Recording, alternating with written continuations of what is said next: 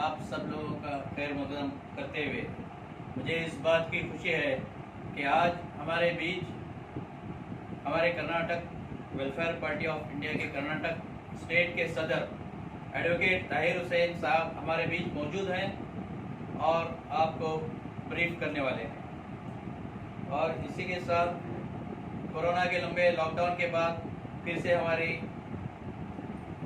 Activities शुरू हो चुके हैं। इसी सिलसिले में वो भटकल दौरे पर आए हुए हैं। इनके साथ एकम्पनी कर रहे हैं हमारे मीडिया सेक्रेटरी कर्नाटक के welfare party of India Karnataka state branch के मीडिया सेक्रेटरी जनाब अजीज़ जागीरदार साहब। इसी के साथ स्टेज पर मौजूद हैं जनाब यूनुस रुकनुद्दीन साहब जो स्टेट वर्किंग कमेटी के मेंबर हैं। और हमारे साथ मौजूद हैं जनाब शौकत खतीब साहब जो welfare party of India Uttar Kannada के जनरल सेक्रेटरी हैं। मैं doctor Naseem Ahmed Khan welfare party of India Uttar Kannada के का प्रेसिडेंट और हमारे साथ सेक्रेटरी आसिफ हैं और हमारे मेंबर्स यहाँ पर मौजूद हैं। और इसी के साथ मैं हमारे अजीज़ जागीरदार को सौंपना चाहूँगा।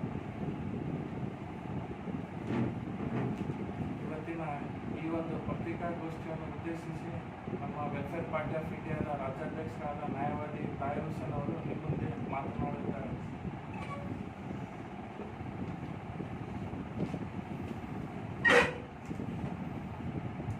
मोहतरम सहाफ़ी हज़रात, आप सबको मेरी जानिब से भी वेलफेयर ग्रीटिंग्स पेश करता हूँ।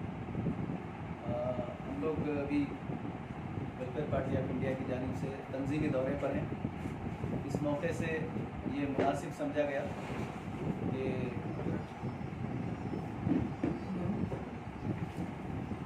हाल ही में जो वाक़यात इस मुल्क में और हमारी रियासत में हुए हैं उस सिलसिले में कुछ बातें हमारे सहाफ़ी हज़रात के साथ मीडिया के साथ शेयर की जाएँ। पूरे कर्नाटक में हमारा दौरा चल रहा है, तो इस दौरे के दौरान हर ज़िली हेडक्वार्टर पे हम सहाफ़ी हज़रात से मुलाकात कर रहे हैं। मुल्क की मौजूदा सूरत हाल के सिलसिले में हमारा जो कंसर्न है वो उनके सामने रखने की कोशिश करें। इसमें सबसे पहली बात, आप जानते हैं कर्नाटक के अंदर पिछले 3 महीनों से मुसलसल जो मूसलाधार बारिशें हो रही हैं, जिसके नतीजे में जनूबी कर्नाटक के बहुत सारे अज़ला खुसूसन गुलबर्गा, यादगीर, रायचूर, बागलकोट, बेलगाम, इन अज़ला के अंदर ज़बरदस्त तबाही हुई है। वहाँ पर बाढ़ की सी सिचुएशन क्रिएट हुई है, जिसके नतीजे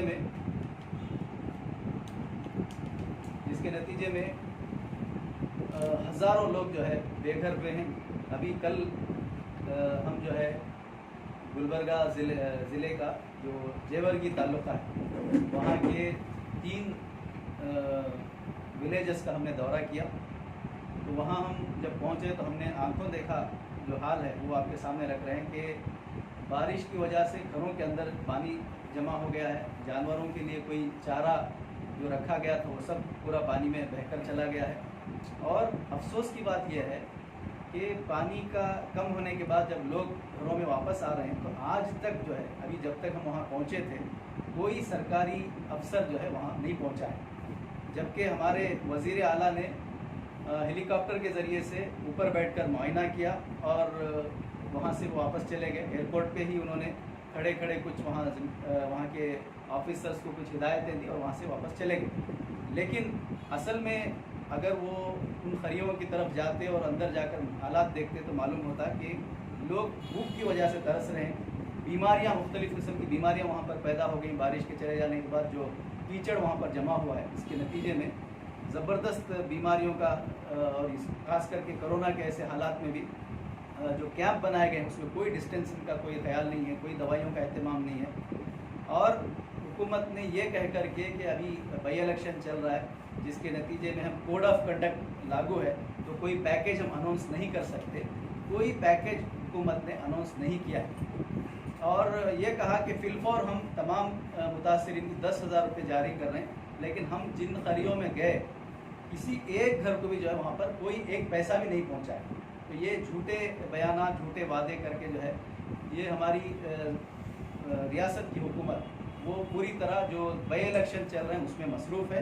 अवाम की मुसीबत का, परेशानियों का ज़रा बराबर इनको एहसास नहीं। एक अंदाजे के मुताबिक पिछले 3 महीने में जो बारिश हुई है उससे 26 करोड़ 609 हज़ार रुपये का जो है नुकसान हुआ, 26 करोड़ का। और पिछली मरतबा जो अभी 1 साल की मियाद भी पूरी नहीं हुई है, पिछली मरतबा जो सैलाब आया था उसके नतीजे में तकरीबन 35,000 करोड़ का नुकसान हुआ, जिसमें कर्नाटक की हुकूमत ने सिर्फ 2 करोड़ 940 हज़ार रुपये का ही जो है कंपनसेशन किया है। यानी तकरीबन 10 से 15% ही हुकूमत जो है पिछले बार की जो तबाही हुई थी उसका मुआवजा दिया है। और हुकूमत ये कहती है कि हमारे पास पैसों की कोई कमी नहीं है, हम देंगे, लेकिन अभी तक पिछली मरतबा का तो नहीं दे सके। और सबसे अफसोस की बात यह है कि रियासत में भी बीजेपी हुकूमत है, मरकज़ में भी बीजेपी हुकूमत है। रियासत के अंदर 25 MP जो है ये बीजेपी के हैं, लेकिन इसके बावजूद या जो कंपनसेशन की रकम लाना है मरकज़ से, उसमें बुरी तरह हमारी कर्नाटक सरकार नाकाम है।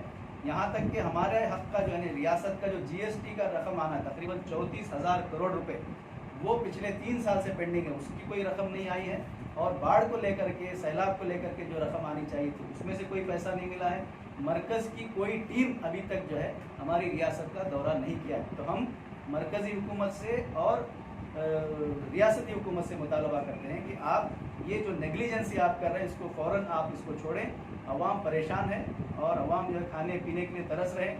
अवाम को जो वहाँ सहूलत पहुँचनी चाहिए, हुकूमत फ़ौरन उस सहूलत को पहुँचाए और लोगों को जो ज़रूरत है वो पहुँचाए। सिर्फ एरियल सर्वे कर लेने से, सिर्फ झूठे वादे करने से अवाम का पेट भरने वाला नहीं। तो ये एक अहम इशू है जिसकी तरफ हम तवज्जो दिलाना चाहते हैं। दूसरी बात, इस मुल्क के अंदर जो सियासत है वो किस दर्जे नीचे गिरी हुई है उसकी मिसाल ये जो बिहार का इलेक्शन हो रहा है उसके अंदर पेश किया जा रहा है। हमारी मरकज़ी हुकूमत जो है अपने मैनिफेस्टो में इस बात की तरफ अपनी इशारा दे रही है कि अगर आप हमको वोट देते हैं तो हम कोविड वैक्सीन फ्री में आपको देने वाले हैं। यानी ये एक तरह से जो है लोगों का जो खौफ है उस खौफ को इस्तेहसाल करते हुए वोट हासिल करने की राजनीति है। वेलफेयर पार्टी ऑफ इंडिया इसकी सख्त अल्फाज में मजम्मत करती है कि सियासत को इस दर्जे गिराना जो है ये बिल्कुल ही काबिल मजम्मत है। अगर आपको कोविड वैक्सीन के बारे में बात करना था तो अभी एक हफ्ता पहले आपने जो है 12 मिनट का आपने कौम के नाम संबोधित किया, कौम को आपने बात किया प्राइम मिनिस्टर ने, उसमें ज़रा बराबर भी आपने जो है कोविड का वैक्सीन का कोई जिक्र नहीं किया। जबकि कोविड का वैक्सीन जो है पूरे देश के लोगों के लिए ज़रूरत है, सिर्फ बिहार के लोगों के लिए नहीं। सिर्फ वोट की राजनीति के लिए आप जो है इस तरह का जो बयान दे रहे हैं, इस तरह का जो कर रहे हैं वो बिल्कुल गलत है। ऐसी पॉलिटिक्स को जो है अवाम पूरी तरह से उनको धुतकारना चाहिए।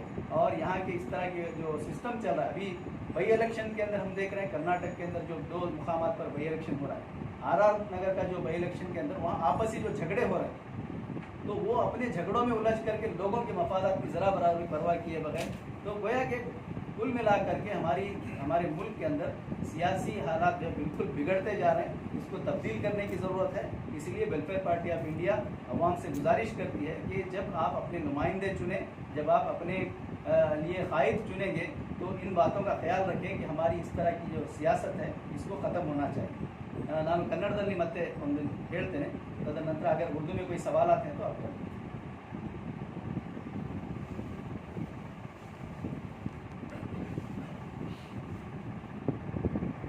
आप जो भी दौरे कर रहे हैं इसका आवाम तक जो चीज़ है पहुंचाना है। इसके अलावा आप इस सिलसिले में अमली तौर पर क्या इक़दाम कर रहे हैं, इसी बताओ तो बेहतर है। अभी 2 चीज़ें हम कर रहे हैं। अभी जो दौरा हमने किया जिन ये सैलाब ज़दा इलाक़ों का, उसमें एक तो ये है कि हम अपनी तरफ से कुछ राशन किट जो फौरी ज़रूरत उसकी तकसीम हमने की वहाँ उन विलेजेस के अंदर। और दूसरा काम हमने ये किया है कि वहाँ के जो मसाइल हैं उनकी फहरिस्त तैयार करके मुकामी जो तहसीलदार हैं उन तक पहुँचाने का हमारे वहाँ की यूनिट की जिम्मेदारी हम लेकर आए हैं। मुकामी लोगों के ताउन से तहसीलदार के ऑफिस में पहुंचकर, ताकि सरकारी अफसर फ़ौरन जो है उन विलेजेस में पहुंच सके। ये 2 कामों की तरफ हम इस मामले में तवज्जो दें। दूसरी एक और बात, आपने जो बिहार इलेक्शन की बात कही, उस सिलसिले में वेलफेयर पार्टी का क्या रोल रहा है, आगे क्या कार्रवाई रहेगी?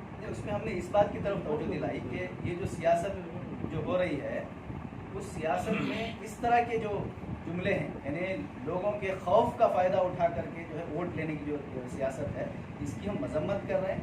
और हम अवाम से अपील कर रहे हैं, जो बिहार का जो वोटर है उनसे भी हमने अपील की है कि इस तरह की राजनीति, इस तरह की सियासत को आप नकारें और जो अक़दार पर मबनी सियासत है ऐसे कैंडिडेट्स को आप वोट दें।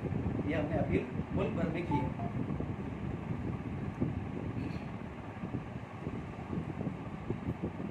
साहब, आपको क्या लगता है कि इस वक्त जो नफरत की सियासत या उसकी राजनीति जो चल रही है, इस बीच में जो है जिस प्रकार से आप लोगों ने अक़दार की सियासत का जो नारा बदल दिया है, नारा उछाला है, ये कितना इफेक्टिव होगा ये आने वाले दिनों में, खास करके इस मौजूदा सूरत हाल में अगर हिंदुस्तान में गौर करते हैं, ये कितना इफेक्टिव लगता है? जी, हम पूरी तरह पुरुम्मीद हैं, इसलिए कि हर एक इज़म का जो है एक वक्त होता है, एक लिमिट होता है, उसके बाद उसको ख़त्म होना रहता है। हमारा ये मानना है कि इस वक्त जो नफ़रत की सियासत चल रही है वो अपने उरूज पर है, और अगर हम थोड़ी सी कोशिश करते हैं, यानी एक इज्तिमाई कोशिश करते हैं, तो यकीनन ये जो नफ़रत की सियासत है ये ख़त्म होगी और लोग जो है अल्टरनेट की तलाश में आएंगे कि अगर ये नफ़रत की सियासत की जगह कोई और अक़दार पर मबनी सियासत है तो वो हम लोगों के सामने पेश करने की कोशिश करें। तो हम पूरी तरह इस बारे में जो है जहाँ तक हमारा लिमिट है, जैसे अभी पूरे मुल्क में हम 11 रियासतों में काम करते हैं, तो वहाँ पर हम इसी को प्रियोरिटी में बनाए हुए हैं कि लोगों के दरमियान इस नफ़रत की सियासत को ख़त्म करके अक़दार पर मबनी सियासी जाने तवज्जो दिलाई जाए। सर, बेंगलुरु और दिल्ली के जो फसादात हुए हैं, इस सिलसिले में इमदादी काम को लेकर के या फिर जो इनोसेंट की जो अरेस्ट हुए हैं उसको लेकर के कितना मतलब क्या सोच रहे हैं कि वेलफेयर पार्टी में क्या कहते हैं? जी, बेंगलोर में जो डीजे हंडी और केजे हंडी में जो फसादात हुए, जो फसाद करने वाले शरपसंद थे वो असल में छुपे हुए, वो लोगों के हाथ, पुलिस के हाथ नहीं आए हैं। लोगों ने, पुलिस ने वहाँ कई मासूम लोगों को अरेस्ट किया। इस सिलसिले में हमने बेंगलोर में तकरीबन 2 प्रेस कॉन्फ्रेंस करके इस इशू को एड्रेस किया है और हमने मुतालबा किया है कि जिन मासूम नौजवानों को आपने अरेस्ट किया है उनको रिहा किया जाए। उन पर जो UAPA आपने लगाया है, ये सख्त बदतरीन काम है हुकूमत का कि आप जो है बग़ैर कोई तहक़ीक़ करें कि ऐसे काले कानून को आप नौजवानों पर लगाएं, पहली बात। दूसरी बात, उन नौजवानों को वहाँ से रिहाई दिलाने के सिलसिले में एक प्लेटफॉर्म बनाया गया है लीगल असिस्टेंस देने के लिए, कानूनी ताउन देने के लिए। हम भी उसका हिस्सा हैं, उसके साथ मुसलसल जो हम लगे हुए हैं।